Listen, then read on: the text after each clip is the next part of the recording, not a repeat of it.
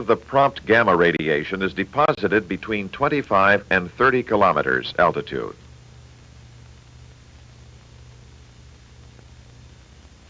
The air molecules are ionized, and the free electrons split off and start spiraling around the magnetic field lines. Each spiraling electron emits minute radio waves. All of the electrons exist nearly simultaneously, and the minute radio waves add together. This is the primary source of the high-altitude electromagnetic pulse, or EMP, which is a broadband pulse of radio frequency energy radiated from the deposition region. When this electromagnetic pulse is coupled into a system, very large voltages and currents may be induced. Other EMP generating mechanisms are operative in other burst regimes, but are outside the scope of this film and will not be described. The fireball and debris materials rise to maximum heights of from 100 to 1,000 kilometers as the burst height is raised from 50 kilometers to the 100-kilometer region.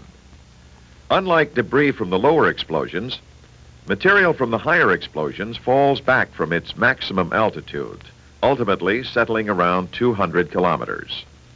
With rising burst altitude, greater quantities of beta particles and charged debris particles will shuttle north and south along the magnetic field lines to conjugate points in both hemispheres.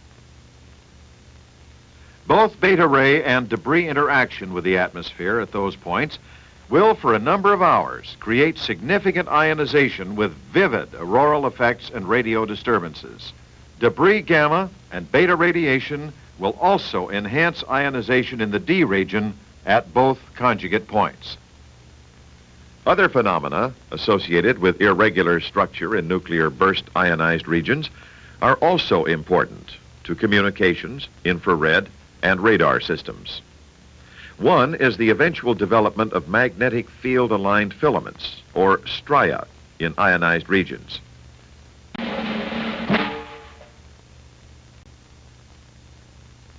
This film is concerned with the effects of high-altitude nuclear explosions on radars, optical sensors, and communications. To understand how nuclear explosions affect such systems, it is first necessary to understand the interaction of explosions with the atmosphere. Above about 90 kilometers, radiation increasingly breaks more of the molecular gases into their atomic or single atom state.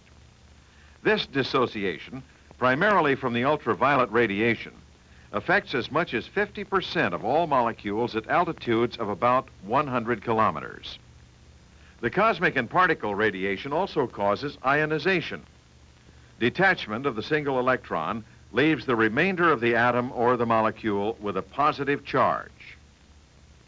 Because of the strong recombination tendency, ionized gases will not remain in that condition unless there is a constant supply of energy to cause new ionization as fast as the previous ions can recombine. The first significant quantities of naturally occurring free electrons begin to show up at an altitude of approximately 60 kilometers, which we therefore consider as the bottom of the ionosphere. From there on up to heights of several hundred kilometers, free electrons become more and more prevalent. Now, in what way do high-altitude nuclear explosions affect these free electron densities? To begin with, roughly 70% of the total energy produced in a nuclear explosion is emitted in less than a microsecond as a flash of X radiation. A few percent more of the bomb energy is emitted as prompt gamma and neutron radiation. Most of the remaining energy appears as directed motion or kinetic energy of the expanding explosion debris. Delayed gamma and beta radiation from this radioactive debris material emits some 5% of the total weapon energy over a longer period of time. We will examine the effects on the atmosphere of nuclear detonations at 50 kilometers, 100 kilometers, and 250 kilometers altitude. First, let us consider the events that follow the detonation of a sub-megaton weapon at a moderate altitude of 40 to 50 kilometers. Most of the X-ray energy is deposited near the burst point, heating air to incandescence. The prompt gamma and neutron radiations from the explosion can, on the average, travel large distances before colliding with air particles. Therefore, the ionization caused by such collisions is spread out laterally over a region several hundred kilometers in diameter. Coming back to our explosion, the X-rays heat the surrounding air to incandescence.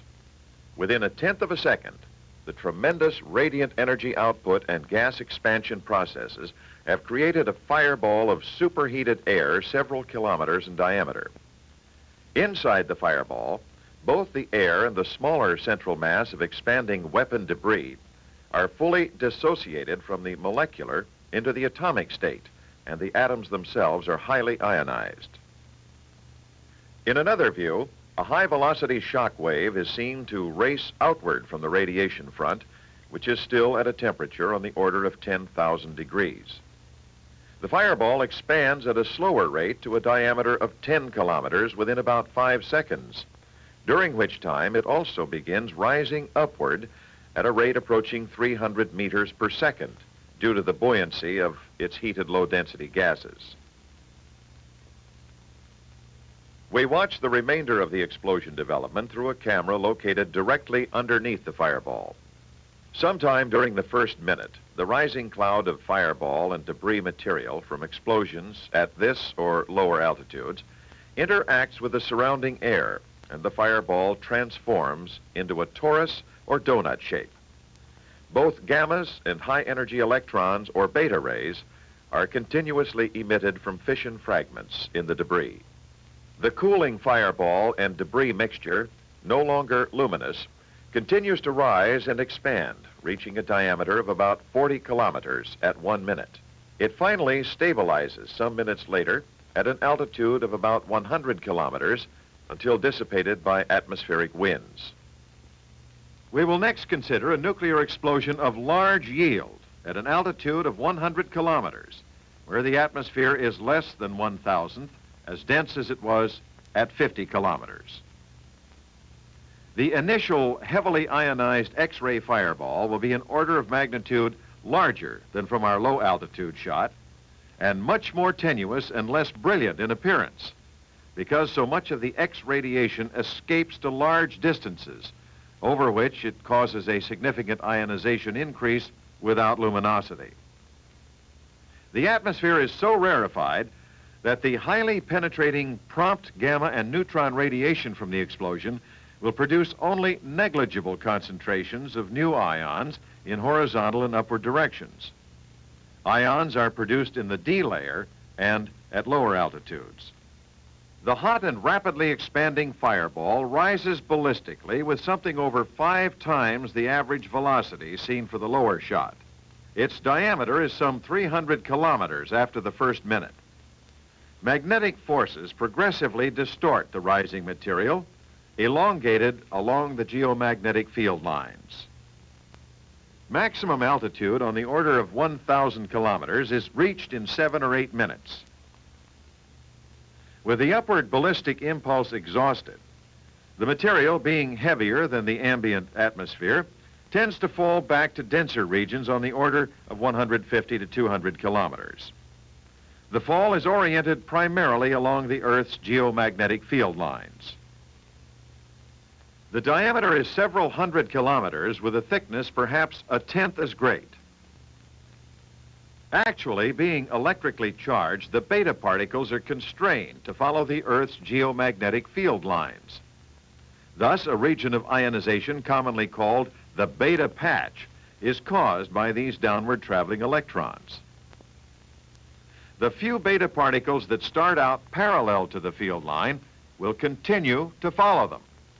If the particles encounter the field lines at an angle, however, they will spiral around them. Here we see beta particles streaming along the magnetic field through the fireball and debris of a burst.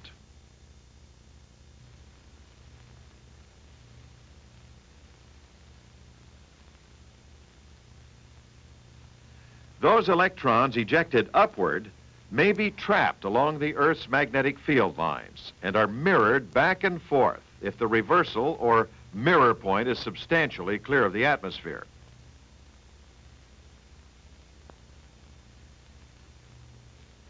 If the mirror points are too low, the electron will dip into the atmosphere at each end of its shuttle and soon will be lost by collision with air molecules. This collision excitation mechanism is generally accepted as one of the causes of auroral displays. Thus, a nuclear burst at sufficiently high altitudes can produce auroras at conjugate points in both hemispheres. Since the debris from a nuclear detonation begins radiating at the moment of the explosion, its conjugate point auroral effects can be expected to change location as the debris rises and intersects with successively higher magnetic field lines. Note that when the debris is located below about 200 kilometers, most of the electrons shuttling along the field lines will be lost in the atmosphere on their first pass, with very little mirroring back to the other conjugate point. We will next consider a nuclear explosion at altitudes above 250 kilometers. Mass asymmetries in the construction of the nuclear device and its carrier can be very important and are observable in this 400-kilometer explosion.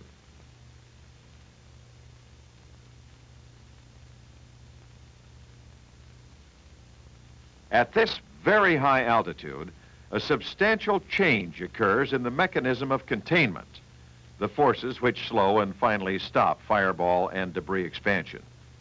While ordinary hydrodynamic pressure resists the explosion expansion at low altitudes, geomagnetic back pressure becomes increasingly important at altitudes above 100 kilometers. The heavily ionized debris and gases in an expanding fireball are electrically conductive, so the Earth's magnetic field tends to be excluded from that region, creating a so-called magnetic bubble, which presses back against the expanding gases.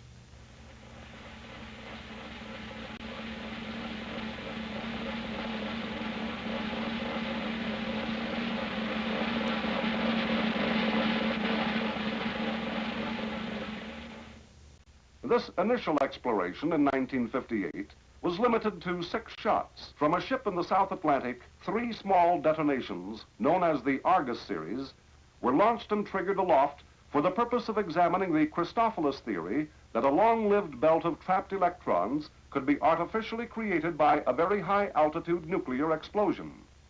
Yucca, Orange, and Teak were detonated at respectively 26, 43, 77 kilometers, primarily to provide information on the change of blast, nuclear, and thermal effects with increasing altitude. At an approximate altitude of 85,000 feet, Yucca was detonated by radio command signal. Yucca produced a bright fireball with a center core, which rapidly developed into a toroid similar to the teapot and plumb bob altitude shots.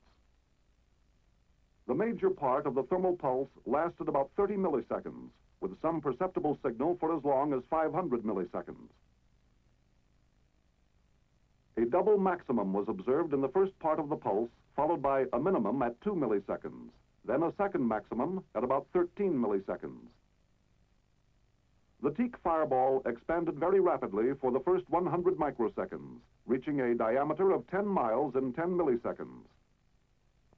The Teak infrared fireball was almost 40 miles in diameter at h+1 second, after which it disappeared quickly. The Orange fireball expanded more slowly, reaching a diameter of approximately 1.5 miles in 10 milliseconds. The Orange infrared fireball, although of the same diameter, lasted somewhat longer than Teak. Teak produced a single thermal peak at about 500 microseconds, decaying to less than 25% of the peak value in about 10 milliseconds. The corresponding times for a sea level burst would be 2 seconds to second maximum, and 6 seconds for the pulse to decay to 25% of peak radiance. The rapid expansion of the early fireball was spectacularly different from a sea level shot. The lower Orange shot showed a transition situation with the thermal pulse indicating some of the characteristics of a lower altitude shot, intermediate between teak and surface bursts. There were two peaks, the first of brief duration, reaching a maximum at 500 microseconds, and the second consisting of a broad, flat maximum lasting from 100 to 300 milliseconds. The spectra of orange consisted of a strong emission continuum with molecular band absorption superimposed. Damage by thermal energy to the retina or to the choroid will leave permanent scars or lesions which will not result in impairment of vision, nor is pain associated with such burns. However, if the burn occurs on the macula, loss of central vision and visual acuity will result. The phenomenon of chorioretinal burn is distinct from that of flash blindness, which is the temporary loss of vision resulting from lesser amounts of thermal energy than that required to produce burns on the inner eye. For the teak shot, animal stations were located on Johnston Island, on aircraft and ships out to 300 nautical miles. Each station had instrumentation to record the thermal input. On teak, chorioretinal burns were produced on all rabbits exposed, except on the surface ship at 300 miles, where clouds and ship roll may have prevented the rabbits from viewing the initial flash. On orange, cloud cover interfered with the surface stations, but burns were received in the aircraft at 225 miles. Retinal burn diameter consistently correlated with distance from burst zero. The lesions produced at all exposure stations within 160 nautical miles were of sufficient size and severity to result in permanent retinal damage or severe loss in visual acuity. Thus, theory is verified that megaton nuclear explosions at the altitudes tested produced chorioretinal burns at great distances as a result of the rapid rate at which the thermal energy is delivered. Most of the energy is delivered before the effective blink reflex time of 250 to 350 milliseconds for rabbits and 100 to 150 milliseconds for man. Johnston Island had a slant range of 252,000 feet from shot teak. The overpressure measured approximately 0.1 pounds per square inch. The same station at a slant range of 196,000 feet from shot orange measured 0.18 pounds per square inch. At 50,000 feet during teak, the gamma dose rate was about 300 milliröntgens per microsecond at 5 milliseconds. During orange, the gamma dose rates at 5 milliseconds were about 1,000 milliröntgens per microsecond at 30,000 feet slant range and 10 milliröntgens per microsecond at 100,000 feet. The gamma ray measurements were consistent between pods. Less force is transmitted by blast, while thermal and nuclear radiation are both more intense and extensive in area. Most spectacular was the extent of the fireball growth on teak, the highest of the three shots, a diameter of 10 miles in 10 milliseconds, accompanied by a striking visual aurora.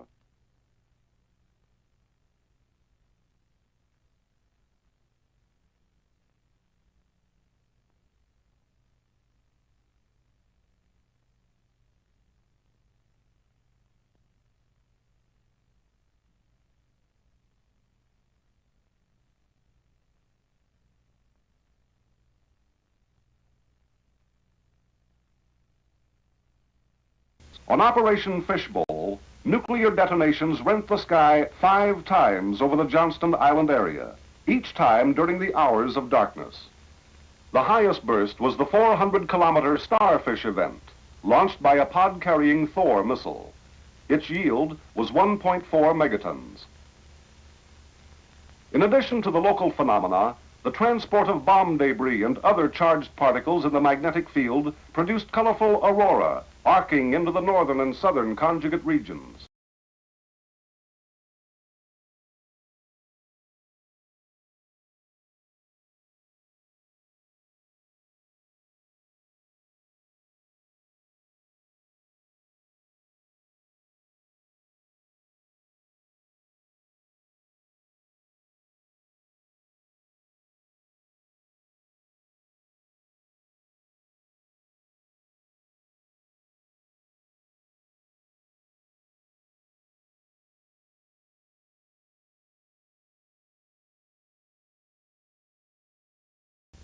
Checkmate, like Starfish, did not display a well-defined fireball.